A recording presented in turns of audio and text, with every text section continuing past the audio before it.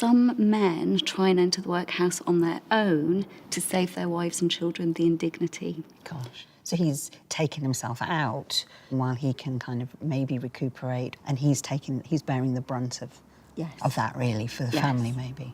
Yeah. So here we have a picture of Tranmere Workhouse. This is where he was. Wow, that's not a place you want to visit, really. It's a bit grim. So this building here... Where we are now? Where we are now. So the workhouse would have been directly behind us. So you're very close to where... Where those ghosts are, maybe. Indeed. And then if we look 1 year later... OK. Register of Deaths in the Tranmere Workhouse. John Hughes. Yeah. He's 44. And he's dead. And he dies of something I can't pronounce, I think. So phthisis pulmonalis, otherwise known as tuberculosis. Is it really? And exhaustion. What a word to have on there. I know. Exhaustion. I know. Actor Liz Carr lives in London with her wife Jo. She's best known for her role in BBC One's crime drama series, Silent Witness. For 8 years, 8 series, I played Clarissa Mullery in Silent Witness, and I was a forensic scientist. So why would there have been a gin bottle at the scene next to the body? Coincidence? It had fingerprints on one side of the bottle, but no thumbprints. I don't know. Come on, Moorhead. So I was born and grew up near Liverpool on the Wirral. My family was my mum and dad and my brother. My mum is still alive. My dad died last year. A very strong man and a very smart man. There was just a presence about him that he was quite intimidating, but massively respected. My mum, always been close with her. I wasn't able to go to school on and off throughout my childhood quite a lot, so I spent a lot of time with mum. I became a disabled person at the age of 7 with a really rare condition. And then when I was a teenager, I became a wheelchair user. So a lot of people are surprised that I was not born a disabled person, but I have been both people in my life. My dad's family were from Ireland, but that's all I know about him. On my mum's side, my mum's dad died when my mum was 7 or 8, so I don't have any sense of who he is or where he's from that side. Hi. All right. Hey, okay. Yeah. Things I'd like to find are, I have a bit of the wanderlust. I love travel. I've always loved travel. So did people go on their own adventures, or was the adventure just kind of getting through life? I'm quite the activist. I don't often get angry, but injustice and seeing people unfairly treated will really upset me. So I wonder if there was anyone who had that kind of passion or that sense of injustice. I have heard a rumour in the family that there was maybe an assault or an altercation or something like that. And I don't know that this is a good reaction, but I went, that's exciting.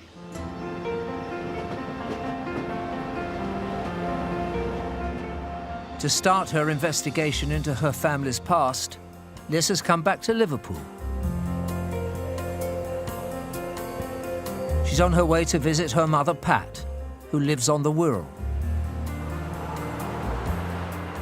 Coming to Liverpool is always exciting because lots of experiences and lots of things have happened to me here. But really, we're about to go in the Mersey Tunnel, and that is when I sort of know that I'm going home.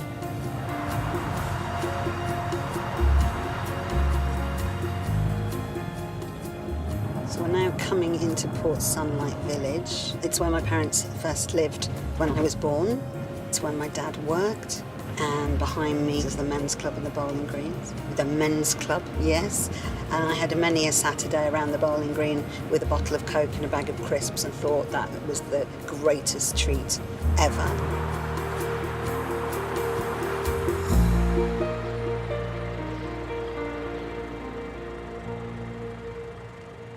Hi, Mum. Hi, love.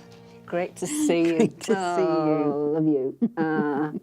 Right, family history stuff. Family history, Mum. Yeah. As much as you've sort of talked about it, I'm not sure I've always listened. No, you haven't. I'll be honest. So parents I'm pretty much fine with. Yeah. Anything beyond that, I realised I was sort of going, Grandma Carr, Grandad Carr. I didn't know names even. Gosh, no. I know. No. So I don't know very much about Dad's family. Can you help fill in those gaps, really? Right, I've got a picture here of him. Yeah. And I love the pose on Dad. I do too. So camp. So this is his mum, Grandma Carr. Grandma Carr, yeah. And they were very close, yeah. They were close, very close, and she was very proud of him. She was quite a formidable woman, though. She was certainly the matriarch, yeah. Who was Dad's dad? Dad's dad was Peter Joseph Carr. They called him Joe. Okay. Joe Carr. This is a picture of Joe Carr and Margaret. This is a great Picture, picture, isn't it? isn't it? Yeah. They look very well turned out. I know. Look at the bouquet even. Look at the bouquet. I mean, that feels a bit wealthy. Doesn't it just? Quite something, Yeah, really, that it is. picture, isn't it? It I is. agree. Hold on. What does it say on the back? It says Joe Carr married Margaret Ryan. Right, the Ryans were from Drummond in County Armagh, Northern Ireland. So Northern Ireland. Yeah, don't know anything about them. No, I don't. So, Sadly, but it'd be nice to find out more about them, yeah. good or bad. So I heard a rumour that there may be a relative of ours who could have been involved in something like an assault. That would be interesting. Sort of feel my my detective in me, my Clarissa, Clarissa trying to solve something. Yeah. Okay, so that's the Carr side. I need a bit of help with the Hughes side as well. Okay, we'll start with my dad, John Hughes. So John, okay. I've got a picture here of him. Lovely picture. It is lovely, isn't Yeah. it? That's... How old do you think you were? 4-ish, about 4. But I don't remember. I don't remember him at all. I don't remember what he was like. I was 8, nearly 8, yeah, when my dad died. And I never thought to ask my mum, Wow. because when you're young, you don't think of stuff like that. It's only as you get older you think, oh, I wonder what my dad was like. That must have been tough, Mum, really. Just something you get used to. It's what you're used to. That's how it was. So, I did a bit of digging and I came up with this. See what you make of that. All Get right. the old specs on. Yeah. The Census of England and Wales, 1911. So, John Hughes. So that's your dad. Yeah. Adopted. That I didn't expect. He was 11. So, adopted by Margaret Stokes and Robert Stokes. Margaret Stokes had Robert Stokes' son. So, how did that happen? Why? Because he had parents, but what happened to them? Do you know? They died ill health, but I don't know details. He did have an older sister, but I don't really know much about her. So he was adopted. So it'd be interesting to know maybe what happened to his real parents. Yes.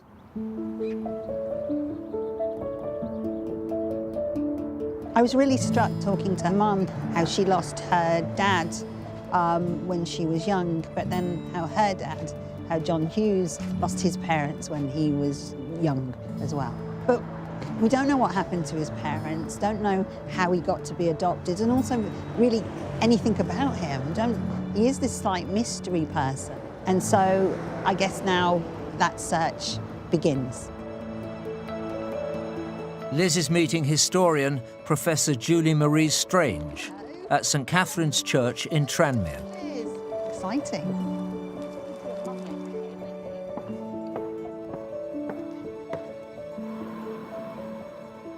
My mum gave me this 1911 census. Okay. So, there's my granddad, John Hughes, and the surprise for me was that it says that he was adopted at 11. Okay. Well, let's rewind 10 years and have a look at the previous census. So, this is the census of 1901. Right. We're looking for your grandpa. Yes, John Hughes. This is John Hughes Sr. Oh, So this is your great-grandfather. okay. Because it says head of the family. So he was 38 at this point, and he was a blacksmith's labourer. And his wife, we see his wife now, Alice.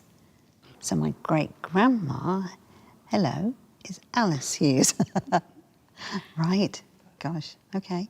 And then his daughter, Emily, 7. And here we've got John, their son, so this is my granddad, and he's 2 at this point. Do you recognise anyone else? Yes, Margaret Stokes. Yeah. And they're all living together in Margaret Stokes' house. She's living there with her son, but she's obviously boarding All out of these people. rooms to these people. That would still be common to live in a boarding house or to live with other people, Yeah. even if you did have it doesn't suggest kind of great poverty. This is not unusual at all. And Mum said that she thought that Grandad had a sister. So he does, he has an older sister, which feels very satisfying to see them together. So what happens next? Okay. I sort of don't want to know, I think. I'm a bit scared in a way. Yeah. So this is from 1907. Okay. So what is this? It says the Religious Creed Register. Okay. The workhouse at Tranmere. Wow. So this is I'm guessing you sign in or when you join the workhouse. So we've got my great-granddad here, John Hughes. But just him, not his wife and not his children. Why would he go into a workhouse? So you only go into a workhouse if you absolutely have to, which suggests that John's family have hit hard times. Yeah. It's likely that John is either unemployed because he can't find work, or he's unemployed because he's unwell and unable to work.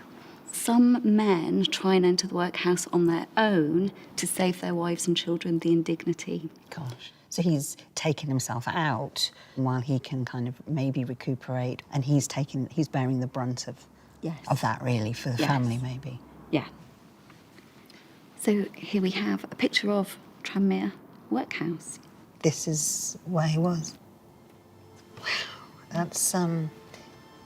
That's not a place you want to visit really. It's a bit grim. So this building here, Where we are now? where we are now, so the workhouse would have been directly behind us. So you're very close to where. Where those ghosts are maybe. Indeed. And then if we look 1 year later, Okay. Register of Deaths in the Tranmere Workhouse. John Hughes. yeah, He's 44. And he's dead. And he dies of something I can't pronounce, I think. so phthisis pulmonalis, otherwise known as tuberculosis. Is it really? And exhaustion. What a word to have on there. I know. Exhaustion. I know. That's so sad. 44 is nothing, is it really? No. His wife and children are still alive. They're okay, we think. So here we are, a couple of years later. So again, we've got the Register of Deaths, 1910, and we have Alice Hughes. My great-grandma, she's 44, same age as John. And she dies of inoperable cancer of The rectum. Man alive. What tragedy. And so 44, and they've got 2 children left. 2 children. So we know that your grandpa, John Hughes, he's just be turning 11. He's just turning 11. His sister is older, So Yes, she will have gone into service most probably as soon as she was old enough. Okay. And it's his very good fortune that Margaret Stokes is there. I see. Okay. So I now know about my granddad's parents. Wondered where they disappeared to. Very sad ends. I now have such a sense of where he's come from, a much greater sense. But what happens to him next? Can you help me with that? Well, 3 years after that census entry, the First World War breaks out. And John is a little bit young at the beginning of the war, but you do know his birth date. And with his full name, John Joseph Hughes, you can probably do some searching online and see if he's there amongst the military records for the First World War. So I can find him that way. Having discovered how her grandfather John Hughes lost his parents and ended up being adopted, now Liz wants to see if he served in the First World War. Look at military. Okay. First and middle names. John Joseph Hughes. And 11th May 1899. Let's search. Okay. John Joseph Hughes. Back in the head, Cheshire. Let's have a look at this. Oh, so he's in the Navy. Wow. Let's have a look at the records. So, the ship he served on the Powerful, the Victory, I think. And what's this one? The Kilden Cadle. That makes no sense at all. It's exciting, but it's a bit hard to know what I'm looking at, really. I might need a little bit of help with this. Yeah. So, Grandad, you were in the First World War. And you survived it.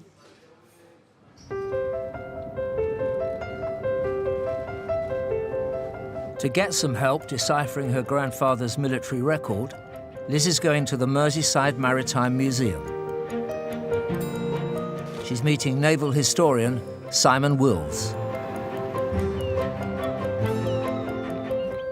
Simon, I went on the internet. I knew nothing really about my granddad, and I found out that he'd been in the Navy during the First World War. Can you help me? This is the document that I found online. A service record document. I could read Powerful and Victory. What's the one beneath that? Well, this one says Kildonan Castle. Because I had some ridiculous attempts at how to pronounce that. What I do have is a picture of him. Oh, my God. Hold on. I want to see this absolutely properly. Do we know what year that might be? Well, there's a clue on there to when the photograph was taken. Oh, OK. There's something Castle. Yes, So we know. So this ship, Kildonan Castle. I love this cigarette in his hand. It's great. It's very Hollywood, isn't it? Isn't it? The Kildonan Castle had several different roles during the war. An important role it had at the beginning, when John had just joined it, was to be part of what's called the Northern Patrol, to stop ships carrying supplies like ammunition and food into Germany. Yeah. In the First World War, the Kildonan Castle was part of the Royal Navy's effort to cut off German ports, blocking their access to vital supplies. But there was a new danger to British seamen: German submarines, or U-boats, which for the first time were playing a significant military role. We have a report here. The commander of the Northern Patrol has highlighted an incident involving the Kildonan Castle, and we know that John was on board. Was attacked by a submarine. 2 torpedoes being fired almost simultaneously at a range of between 600 and 1,000 yards. So all of a sudden, these torpedoes appeared, streaming towards the Kildonan castle. Both, most fortunately, missed by the stern as the helm was hard over and the engines put at full speed. There was no time to open fire, as the periscope was not sighted until after the wake of the torpedoes had been seen and whilst the submarine was in the process of diving. So thankfully they missed. Could have been the end for our line of the family there. Yeah, that's being right. selfish about it. Yeah, It's incredible. makes history very alive, Yeah, doesn't it? completely. And he stayed in the Navy for the entire war. He survives that. Yes. So 1922, he left the Navy, he'd done his 5 years, and he went to work for a different employer. So it says Mercantile Marine Office, Grangemouth. So the Mercantile Marine was what we'd call today the Merchant Navy. Passenger ships, cargo ships, tugs, ferries. Hughes, John Joseph Hughes, and he was a fireman and trimmer. In the Merchant Navy, that's the name for a stoker. So he was shoveling coal was in his the ship's engine. experience. Yeah. Oh, what's that? Like Buffalo Bill Hart. Is that right? Yeah. So he had 2 tattoos. Buffalo Bill, heart and cross on his right arm, and then on his left arm, he had... Is that a grave? No. yeah, Is it? the sailor's grave. Sailor's grave. Still a quite popular tattoo today. It was said that if you were going to sea, 2 things are most likely to kill you. That was shipwreck or rum. So that's what the tattoos would be. the one This is right very on. exciting. It is now. very exciting. Oh, my mum's going to have to get a tattoo now. My granddad had tattoos. How cool. It is cool, isn't it? We know a little bit about some of the ships that he served on in the Okay. 20s. So he was on the Antilochus. Antilochus, okay. Yeah. This logbook has a complete record of all the places he went. Well, Birkenhead. I definitely know Yes. there. But then, I mean, Port Said, Suez, Penang, Singapore, Hong Kong, Shanghai. Wow. But So all he- these as well. So he did all of this. Colombo, Suez again, Boston, so America, New York, Norfolk in America. It carries on back to Singapore, Manila, Hong Kong, Shanghai. This is incredible. I never considered. My wanderlust could be from my granddad. Really all over the world, isn't he? I mean, it's sort of very boy's own, isn't it, really? So we know he stayed on this ship until 1927. And after he left the Antilochus at Singapore, he joined the Pyrrhus. And this ship was going back to the UK. So he's coming home. So he's coming home. And he finishes 20th of April, 1927. This is what brought him home. Okay. So he came back to get married. So he gets in on the 20th, and then 10 days later, 30th of April, marries my grandma, Annie Esther Julian, Yeah. my grandma Hughes, as I knew her. Wow, and he's 27, and she's 20. That's great. It's very romantic. It isn't it? really is that he comes back and marries her, and you can imagine that excitement. And then has a family, and again, the family that he didn't have, and they're more a traditional unit, you know. My granddad Hughes, well, there you have a man who travelled the world, his sense of adventure in the end. I just thought, wow, you weren't who I imagined. I feel like it filled in a lot of gaps for me and for my mum. All I really knew was that he died. That's what my mum told me. He died when she was young. And now I know that my granddad had a life, and I love knowing that about him. I think he probably had itchy feet. So that, I feel an absolute connection to my granddad, and I didn't realise that was there. Liz now wants to explore her father's side of the family. So she's going to Northern Ireland.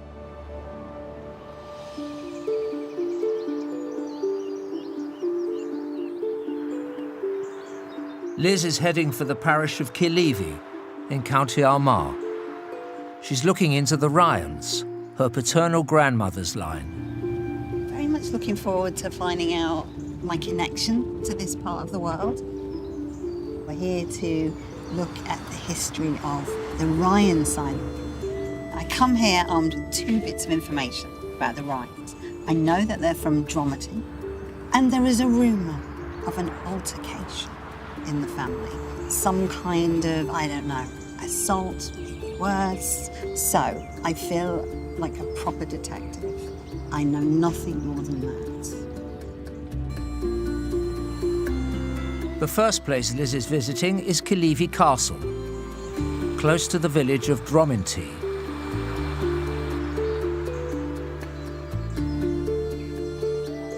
Hello. Hello. She's Liz. meeting historian Very pleased Dr. to meet Heather you. Laird. Hello, Heather. Is this my ancestral home? I'm afraid not. I thought maybe we'd done very well in Ireland.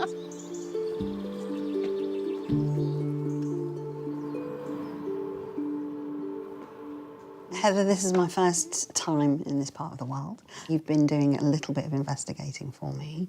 Yes, I have. So I have a document from 1864 and it lists who was living where on plots of land in Ireland from the mid-19th century. Aha, there we go. Bernard Ryan. Bernard Ryan, who's also known as Barney as well. So Okay, some Barney. places he's Bernard, but Yeah. I think he was more commonly known as Barney Ryan. And Bernard was your great-great-great-grandfather. Great, great, great. Liz has followed the Ryan family line back to the middle of the 19th century. 3 generations before her grandmother Margaret, her great-great-great-grandfather Bernard Ryan lived in County Armagh's parish of Killeavy. Bernard Ryan, or Barney Ryan, was leasing a home and 4 acres of land. So the next column we've got letters. John Foxall, that's the person that he's leasing from, would that be? Yes, that's right. John Foxhall was the landlord who owned this house, this castle That's that why we're we're in here. now. That's why we're here. Okay. So neighbouring landlords were Meredith Chambray and another landlord here, Seaver, as well. So interesting enough, all 3 of these landlords were descendants of a man with the name of Marmaduke Whitechurch, Sir Marmaduke Whitechurch. It's a great name. Yeah. He was given his land at the end of the 16th century. At the time that Barney Ryan was living in Killeavy, large parts of Ireland were owned by wealthy landlords of English descent. In the 16th and 17th centuries, the British Crown had confiscated farmland and given it to Protestant settlers from England and Scotland. Now most of the native Catholic population were tenants, living in wretched conditions. So had Barney always been a foxhole? Barney in 1864 then, we know, had a holding on John Foxhall's land. Yeah. But previous to that, he had a holding on Meredith Chambray's estate. Now this is highly unusual. In 19th century Ireland, you don't normally have examples of a small tenant farmer Moving from landlord to landlord. Yes. To reveal more about Barney Ryan's life as a tenant farmer, Heather is bringing Liz to the house of his first landlord, Meredith Chambray. So we're coming up now to Chambray's house, or what remains of it now. Yeah. It doesn't look half as grand as Foxhall's place. No, it's missing the castle bits. It really is, the turrets. But But- it's big. So it would have been grander in the mid-19th century. It is a beautiful view, I was going to say, but that's quite the view, isn't it? absolutely. And to give you a better sense of the house then, I have a watercolour of it here, depicting the house from the other side. That's impressive. Yes. So it's got it all going on, hasn't it? Absolutely. So Barney, your great-great-great-grandfather, Yeah. he would have come to this house possibly twice a year then to pay his rent. So this is Chambray. Okay. He's definitely a man of means from what he's wearing there. A cocky stance. Loving the hand on the hip. So Chambray, as well as being a landlord, was a magistrate. Right. And he would have been asked to be a magistrate on the basis of being a landlord, having this large estate. So having property, having wealth gave you that power. Yes, yes. So all of these things are tied up together. So I think it's easy to understand how for ordinary tenant farmers then, the law seems to be the landlord's law. Yes. So this man of law, this wealthy man, is the landlord of my great-great-great-granddad Barney Ryan. But then Barney moves to Foxhall. That's right. Why? What happens? I have a letter here that was sent to the London Daily News in 1852. At the time that this was written, your great-great-great-grandfather, Barney, was living on this estate. He was a man in his 20s and he had a young family. A description of the estate. Okay. So the traveller need not leave the railway to ascertain the poverty of the soil. Shallow, poor, covered with stones. The scanty crops, bleak aspect of everything, even under a summer sun, prepare the eye for the wretched stone hovels scattered over the face of the country. Wow. So bad soil, you can't grow anything. And then the dwellings just sound wretched. That's not good. No. And this points to another context here. This is the period just after the Irish famine. So the Irish famine of 1845 to 1849. When Barney Ryan was living on the Chambray estate, people in Ireland were still emerging from the disaster known as the Great Famine. 1 million people had died after a failure in the potato crop, and a further 1 million had fled the country. A number of landlords saw the famine as an opportunity to rid themselves of tenants who were failing to pay rent. They engaged in a campaign of mass evictions, sometimes even burning houses. My eyes went down to the end. With the people in such a condition, the payment of rent must be the last consideration. And they who extract it, leaving them with, or sometimes without, the barest subsistence, must appear tyrants. Yes. So Chambray, this is about him. This is about Chambray because it's a description of his estate. Yes. That's a strong word, a tyrant. Yes. So if you have a tyrant for a landlord, what could people in my great-great-great-granddad's situation do? One common feature of 19th century Ireland is a rise of various kinds of societies around which the poor tenant farmers, mostly Catholic, gathered to try to, I suppose, control the conditions around them. It's a bit like unionising. Actually, yes. Kind of. And one of the ways that they did this was by writing threatening letters or notices. So here's a threatening letter that Chambray received towards the end of 1851. At the point of time that your great-great-great-grandfather is on this estate. To all this concerns, and beware of general avenger. I am not fools. I am giving you timely warning, all tyrants and oppressors of the poor. It's over you, particular landlords, particularly in the seed time. If they don't give their tenants seed oats to put in their land and lower their rents, it will be measured with their corpse. This is powerful stuff, isn't it? I love threatening letters of the 19th century.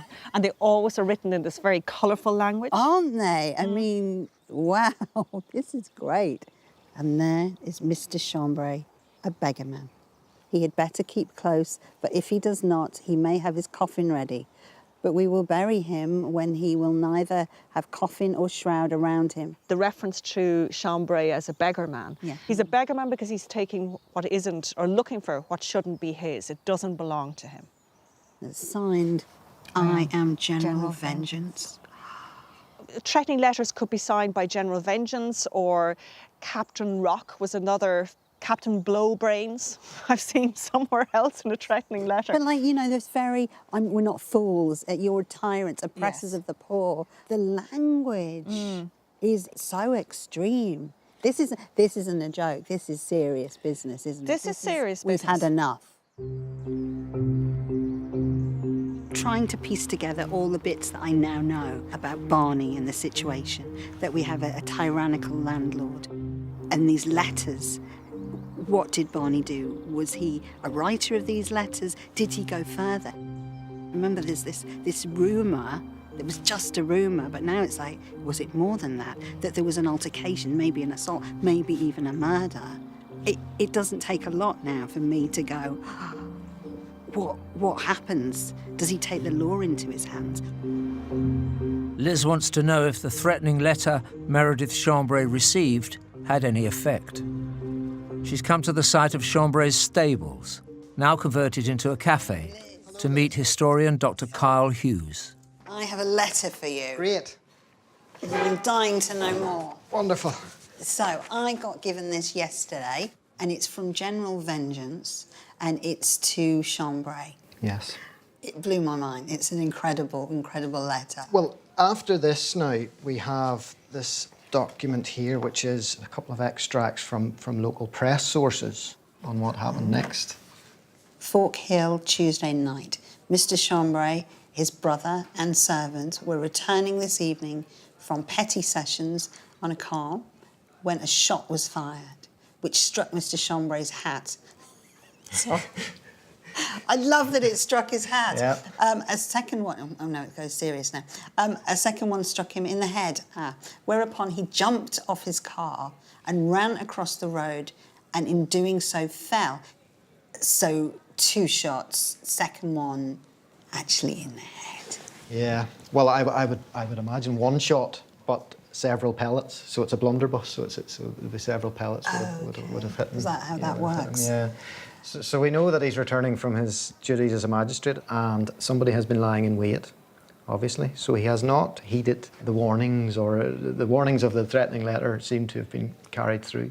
The letter, the General Vengeance letter, was from December 1851. When do we know when this was? This is January 1852, I think. So they didn't give him a lot of time to change his ways. Presumably, Chambray didn't make amends, didn't do anything about lowering the rents. Yeah.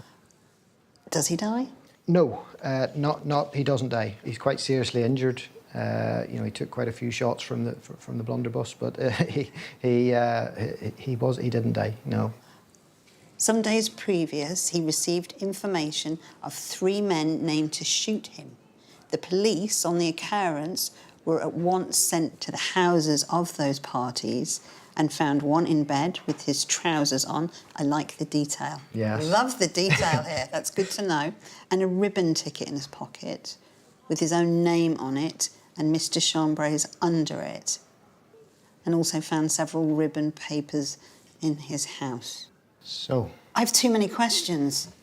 Ribbon papers. Ribbon papers. That is something obviously that really stands out. The ribbon papers refer to the papers, perhaps the passwords of something called the Ribbon Society, the Ribbon Men. The Ribbon Society was a secret Irish Catholic movement established at the start of the 19th century. Their aim was to pressure landlords to treat their rural tenants fairly by abiding by an unwritten code.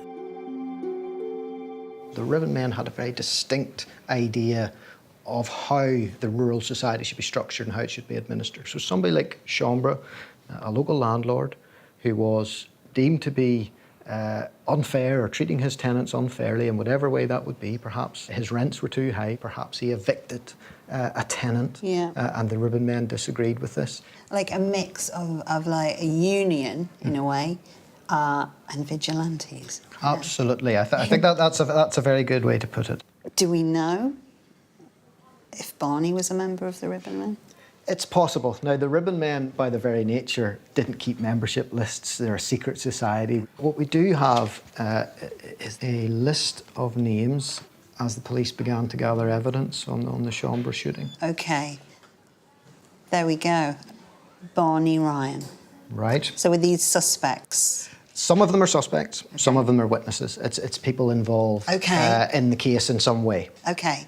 But Barney Ryan seems to be on that list as a suspect. Yes. Yeah, because we have here his police statement when he was arrested.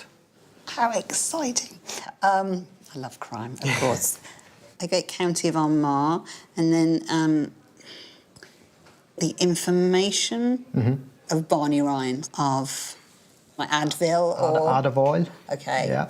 Who being duly sworn deposeth and saith, I am a tenant of Mr. Chambray's. I recollect the night he was shot. I went to the best of my belief to the house between 8:30 and 4 o'clock to pay some rent. So Barney is claiming that he is actually at Chambray's house Yeah. at the time of the shooting. Yeah. So that's pretty good. That's a pretty good alibi. It seems like a pretty watertight alibi. Really? The timing, though, does seem a little bit odd. I think you mentioned, was it 8:30? Well, it's 8:30 and 4 o'clock. So it would appear that he has hung about for all long day time. at Sean, waiting on him to return, and he didn't, which seems a bit odd, I suppose. Okay, so I went home, and on going home, took a glass of whiskey. I met with Ned Macreas, John Turner, James Campbell, and Francis Berry. So now he's got a gang of people Yes. that he's saying he was with later on. Yes. When he leaves. So we've now got pretty much his time accounted for with witnesses. Absolutely, yes. We've got one final document here, which is a much more detailed account of what happened and where it took place and so on. I feel I need to take my specs and go and have a read. Okay. Thank you. Kyle has given Liz a newspaper article from the day after the Chambray shooting. So this is what Kyle gave me. It's got a lot more information about the crime itself. I love the language that's used in it. We have to announce that Meredith Chambray Esquire, P, of Hawthorne Hill in the county of Armagh, has been shot by hired bravos of Irish thuggism. Why has this attempt at murder been made? And we answer, Mr. Chambray had not, as a landlord, violated the ribbon code. So, in no uncertain terms, I think we know what side the paper is on. The wonderful, wonderful, benevolent landowners, and not these ruffians, these lawless ruffians who are taking justice into their own hands, of which it looks like one of my relatives was one of them, Barney. So Meredith Chambray is shot. He was hit in the head and the neck and the face, springs off the car with a loaded pistol presented in his hand, but instantly sunk on the road from exhaustion and loss of blood. And this is incredible. So a brass blunderbuss, heavily loaded with pellets, snapped but not discharged, was found on the spot whence the ruffians fired. Ruffians, together with some oaten bread and carrots, evidently showing that the party had been there for some time on watch. What I love is we have a very, very detailed description of where the attack happened. And what I'd like to do now is try and retrace that and see what went down on that night. So the diabolical attempt at assassination took place in the townsland of Dromty in the May district of Killeavy parish, which is a sharp ascent heading north of Dromty, approaching the higher ground. So we are heading north of Dromty. I think this is it.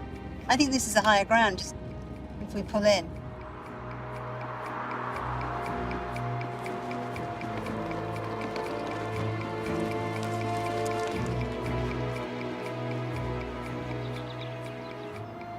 It's the perfect place for viewing and for hiding. And even when the cars are coming up the hill, they're slowing down. So imagining now that's the cart and horse slowing down so that they could watch, be prepared, get ready. I mean, it's a genius position. So Barney, my great-great-great-granddad, he has an alibi. So I'm doubting that he was one of the men that was here. But I wonder if he was one of the ribbon men. It's looking that way. So what was his involvement? He's been arrested. What happens to him? That's what I want to know now. Yeah. 25 miles from Killeavy is the city of Armagh. In the 19th century, this was where the county's most important criminal cases were tried. To find out whether Barney Ryan was caught up in the court proceedings surrounding the Chambray shooting, Liz is meeting historian Dr. Eamon Gardner. Eamon, lovely to meet you. Lovely to meet you too. You're going to help me with my great-great-great-granddad Barney, hopefully, what happened next to him. Hopefully we'll be able to shed some light on it now. This particular location is quite interesting. Towards the bottom here we have the old Armagh courthouse, Okay. where serious crimes would have been heard. So the attempted assassination of Chambray, that kind of case, that would have been brought here then? Absolutely. And then at the other end of the mall, we have the Armagh City Jail. There were a large number of suspects initially arrested, and they would have identified key suspects, and they would probably have been held in this prison due to its proximity. Hopefully we'll be able to reveal more of what happened in the case. Should we go and see? Absolutely, Let's after do you. it. Thank you.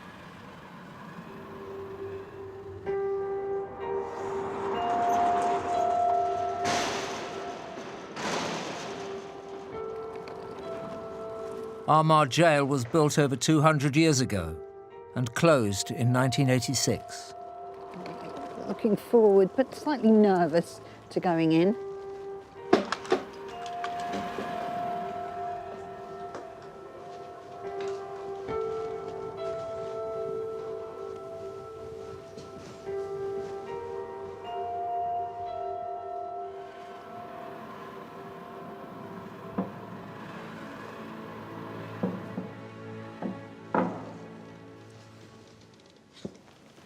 What I have here is a document written from a registered magistrate Right. one day after the attack, Yeah. and it identifies a number of suspects, including the main suspect. The inquiry was resumed this morning by Mr. Foxhall JP, Mr. Singleton and myself, and I'm happy to say I think we have a very good case against one of the prisoners, Francis Berry. So Francis Berry would have been a smallholder on Chambray's land similar to your ancestor. Was he? Okay, yeah. The following evidence has been had. His sisters come to him with some provisions and gave a policeman a piece of old newspaper containing some cold beef. Sub-Constable Addis observed that a paper having been found where the party who fired the shots were had marks of gunpowder and on comparison shown to be the same paper. The paper in question was covering a piece of cold beef which was brought to the prisoner by his sisters and matched the paper found at the scene of the ambush. Apparently gunpowder residue was found on both. That's what they had as the evidence here. Yes. Wow. I mean, to be fair, we've got people on silent witness for less, so What we see from this document is within a very short space of time, the authorities believe they have identified a principal suspect. This is a follow-up letter confirming the chief suspect had been sent forward for trial. we have committed Francis Berry to the jail of Armagh.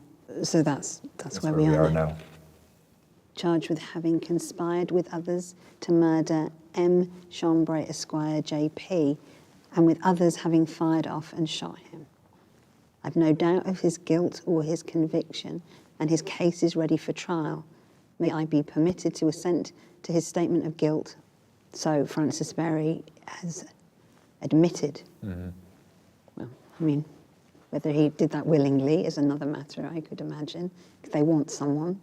Having conspired with others. So this isn't just about Francis Berry, this is other people involved now. Yes, so the authorities are aware of a larger conspiracy, possibly involving other key actors, possibly involving Barney.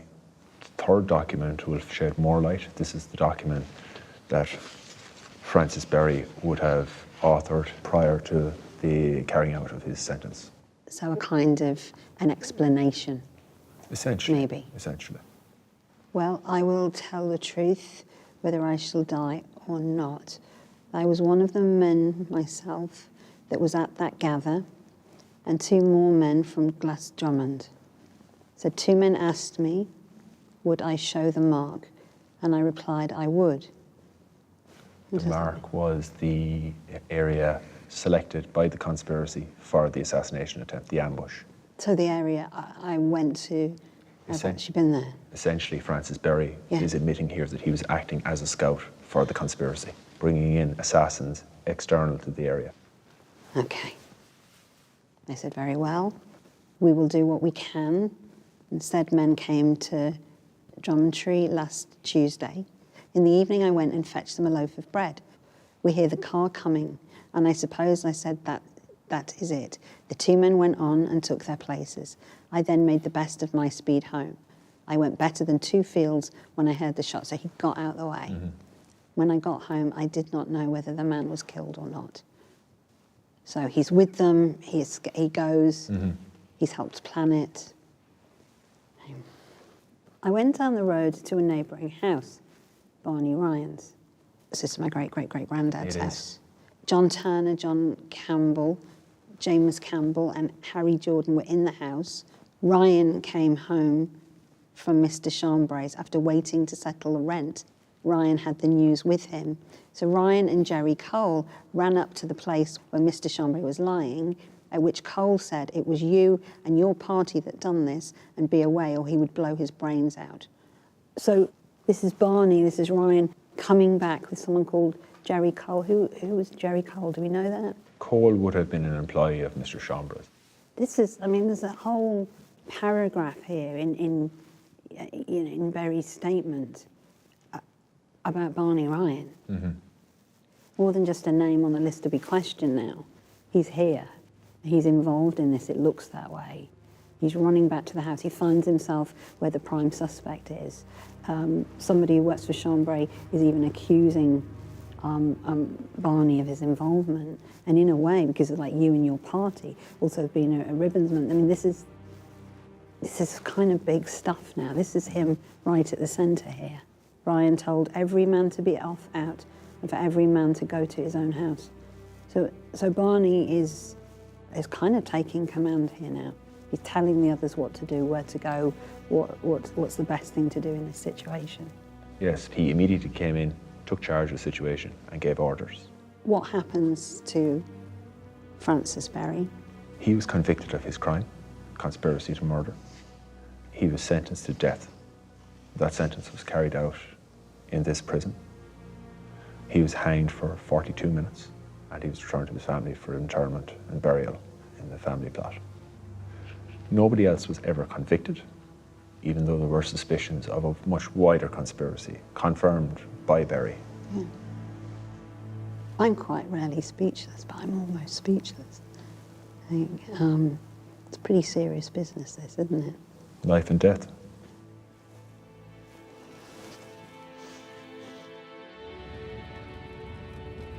I'm conflicted.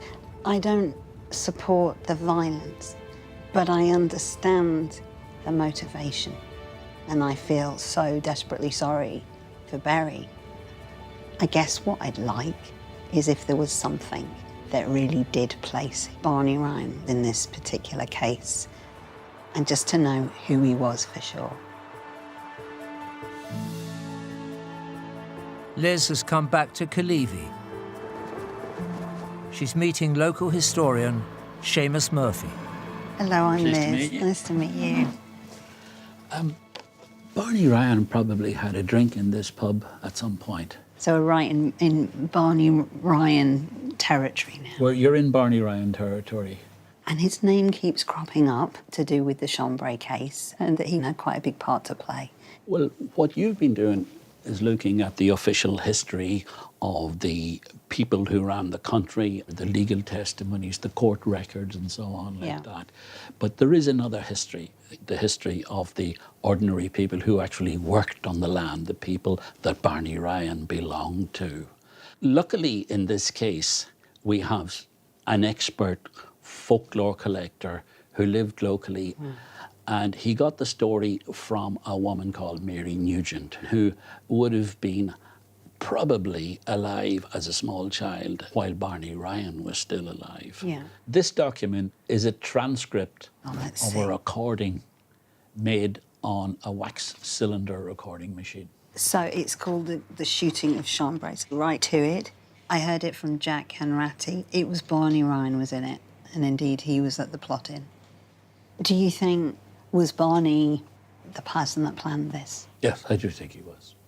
And if you continue on, you'll see strong indications that Barney was very important in this story.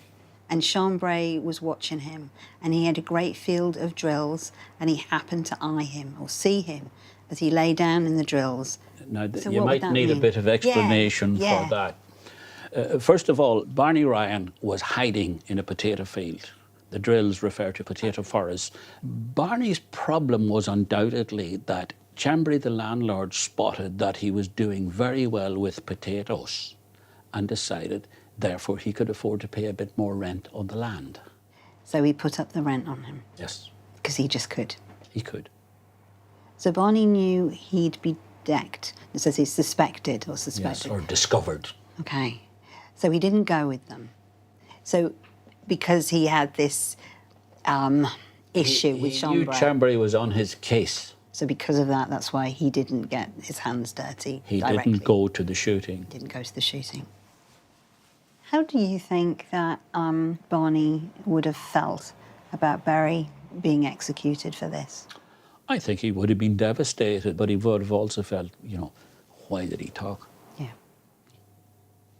When I spoke to one of the other experts, Heather, she was saying that Barney was on a Foxhall property, but he had been a Chambray tenant, and that was quite unusual to move. Well, after the shooting, a number of families were evicted because an edict went out from Chambray that anybody of his tenants who attended Barry's wake or funeral would be evicted. Wow, that's incredible. Yes. It probably means Barney was evicted among those families I'm talking about. Almost everybody that I know of got some sort of refuge on Foxhall land. Well, my conclusion is that Mary Nugent knew on reasonably good authority that Barney Ryan probably was the main organiser of the shooting. Not that he was a planner of murders for profit or anything like that, but that he was the leader of a resistance movement against the landholding system which had just killed 1 million people in his eyes. It was pretty obvious that Barney was a person of some importance.